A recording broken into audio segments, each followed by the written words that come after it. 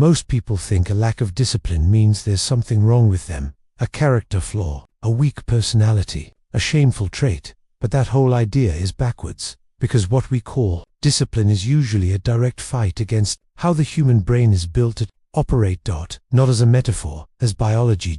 Your brain didn't evolve to chase long-term goals. It didn't evolve to care about abstract plans, future rewards, or heroic self-control. It evolved for one thing: immediate survival. Over millions of years, humans learned to conserve energy, avoid unnecessary effort, and grab quick rewards whenever they appeared. So when you try to wake up early and go to the gym, your brain doesn't interpret that as growth. It interprets it as wasted energy. When you try to study, write, or build something meaningful, your brain doesn't see future success. It sees effort with no guaranteed payoff. And when you open TikTok or YouTube just for a minute, your brain sees something it understands perfectly: fast reward, predictable stimulation, zero effort. That isn't a defect. That's your brain doing its job. The real problem is that modern life demands the opposite to succeed now. You're expected to be consistent, focused, productive, emotionally controlled. So you end up living in an internal war. On one side, a brain optimized for comfort and efficiency. On the other, a world demanding high-performance behavior every day. And when you try to force discipline through willpower, you're basically trying to override millions of years of wiring with a short burst of motivation. It works for a while, then you get tired, you get stressed, you have one bad day, and your brain snaps back to autopilot. And autopilot always chooses the easiest path. Here's the shift that changes everything. Real discipline doesn't come from force, that it comes from design. The people who look disciplined aren't necessarily stronger or more motivated. They're just living inside systems that make the right behavior easier than the wrong one. They aren't fighting their brain, they're guiding it. So if you've ever hated yourself for procrastinating, or felt weak for not sticking to your plans, this isn't going to judge you. It's going to show you what's actually happening, and how to fix it in a way your brain will cooperate with. Because discipline isn't about becoming a different person.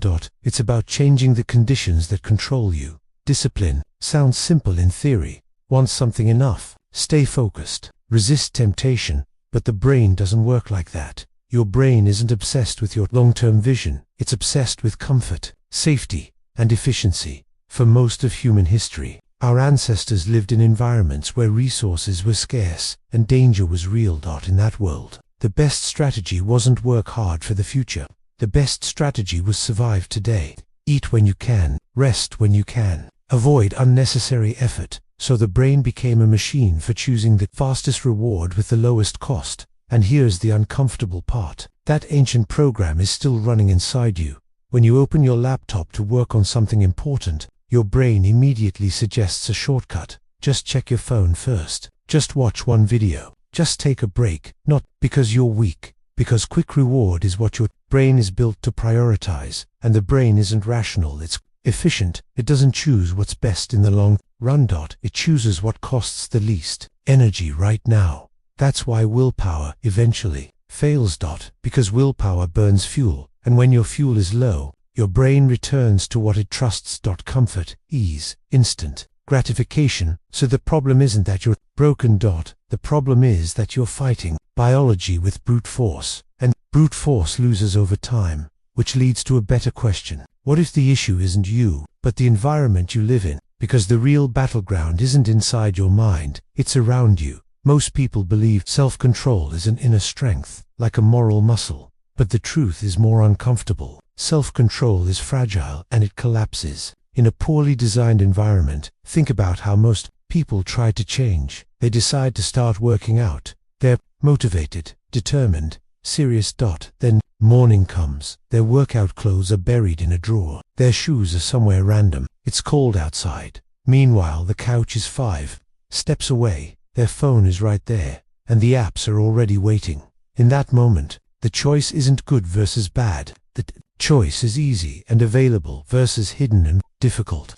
And the brain will almost always choose what requires less effort. So people end up doing something insane. They try to change their behavior while keeping the exact environment that keeps pulling them backward. That's why trying harder usually doesn't work, because the environment is stronger than your intentions. This is the core idea. Your behavior is shaped by what is closest, easiest, and most visible, not by what you believe is important. That means discipline isn't a personality trait. It's a result of what your environment makes effortless. And once you understand that, you stop asking, how do I become stronger? And you start asking, how do I change what my brain is responding to? Here's the practical rule. Make the right behavior easier to start. Make the wrong behavior harder to access. Not by trying to be perfect, by designing friction. If you want to read more, don't store the book somewhere.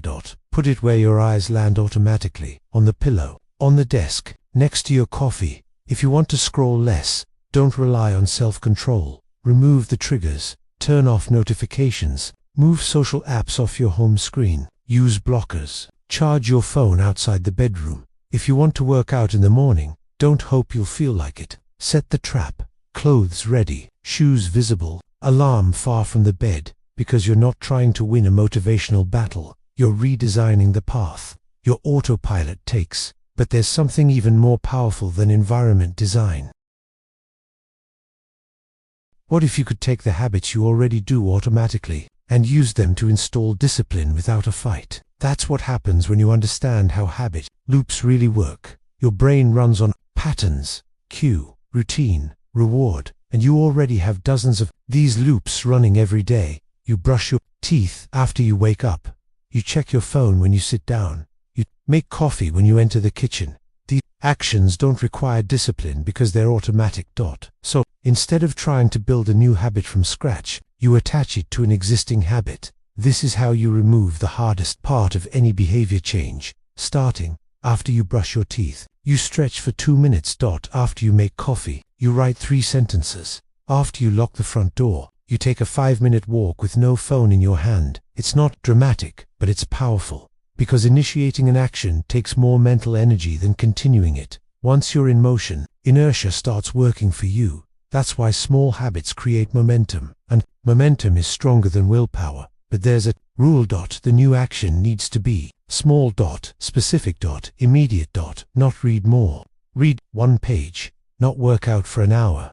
Do 2 minutes. Because you're not trying to prove how disciplined you are. You're trying to create an automatic sequence your brain can follow without debate. And when the right action happens before doubt appears, before laziness speaks, before you start negotiating with yourself, you win, because the decision is already made. Now, here's something even more important. A lot of people still procrastinate even when they understand all of this. So what's happening? Here's the truth. Procrastination isn't laziness, it's bad design. The word procrastination carries shame. People use it like an insult. I'm lazy.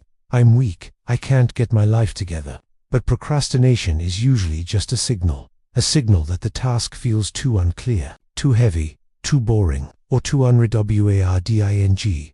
Your brain avoids actions that feel like effort with no payoff. Studying requires focus and energy, and the reward is abstract. Scrolling gives instant stimulation, and the reward is immediate. So the brain makes the obvious choice, not because you're immoral, because your brain is trained to chase quick reward. If you want a habit to stick, it needs to follow 4 simple principles. Make it obvious. If the habit is hidden, it won't happen. Make it attractive. Your brain needs a reason to lean toward it. Make it easy. The less friction, the more likely it is to happen.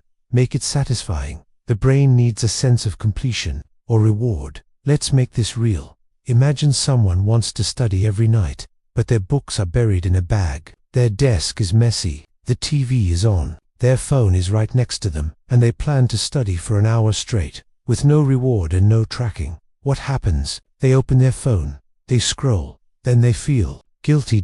Then they try again tomorrow, and fail again now. Watch the difference when those 4 principles are applied. The book is already open on the desk. The environment is quiet. They start with 5 minutes. They use a small ritual they enjoy, like a drink or music. When they finish, they mark progress on a tracker. The person didn't magically become stronger.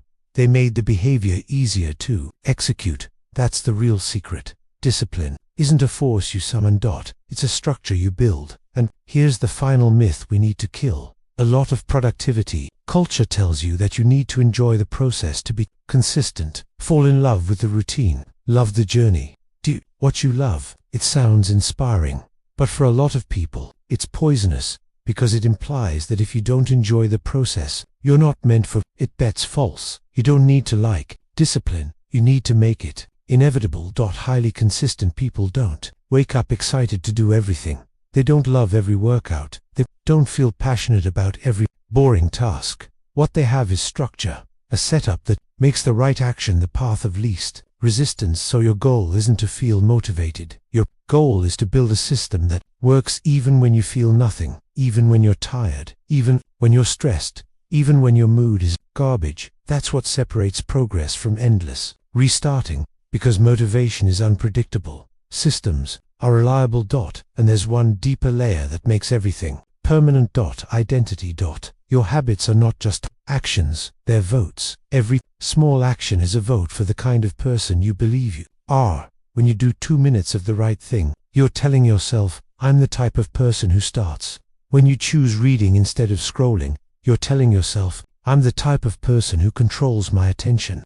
This is why real transformation lasts. Not because you become perfect, but because you become someone who has proof that you follow through, proof that you keep promises.